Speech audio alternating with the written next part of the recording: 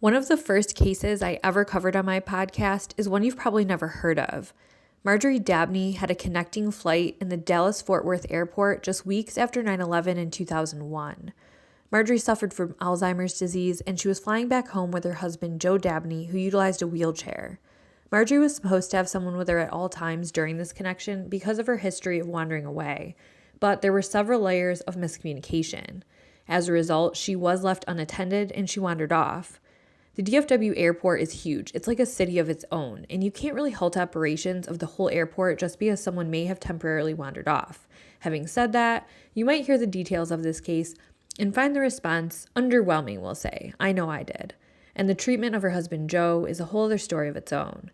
There were sightings of Marjorie around the airport in secure areas and around the main road of the airport for up to 3 days after she was reported missing.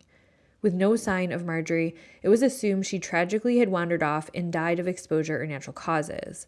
But years later, in 2007, Marjorie's remains were found several miles away from the airport, a distance she couldn't have done on foot, and not only that, an examination of her remains found she had been killed by a blow to the head. Her case was reopened and classified as a homicide, but the investigation was set back years because nobody knew she was the victim of a crime. And so it quickly went cold and still is. If you want to hear all the details of the case, tune into A Simpler Time True Crime Episode 6, Marjorie Dabney.